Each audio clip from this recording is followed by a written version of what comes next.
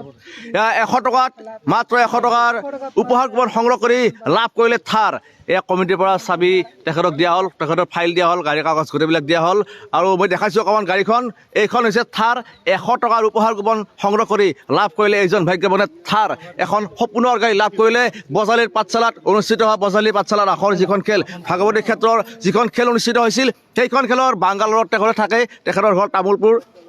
আছিল তেখেতৰ ঘৰ ওদালগুৰি তেখেতে হোৱাটছএপ যোগে টিকট লৈছিল আৰু অকণমান তেখেতৰ পৰা জানিম আপুনি কিমানটা টিকট লৈছিল মই 5খন টিকেট লৈছিল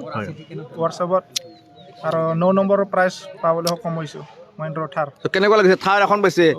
ভাল লাগিছে বহুত ভাল লাগিছে ভাগ্য লটাৰী আৰু তেখেতে টিকট লৈছিল যাৰ পৰা টিকট লৈছিল আমাৰ ভাগ্য লটাৰী বেজৰ সদস্য আমি তেখেতক অকণমান কাষলৈ আহিবলৈ অনুৰোধ জনাইছোঁ এয়া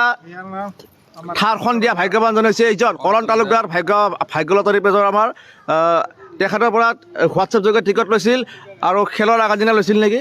খেলৰ যিদিনা আছিল তাতে আগৰ দিনা টিকেটটো লৈছিল হোৱাটছএপ যোগে তেখেতে টিকট লৈছিল আৰু টিকট লৈ তেখেতে লাভ কৰিলে এইখন সপোনৰ গাড়ী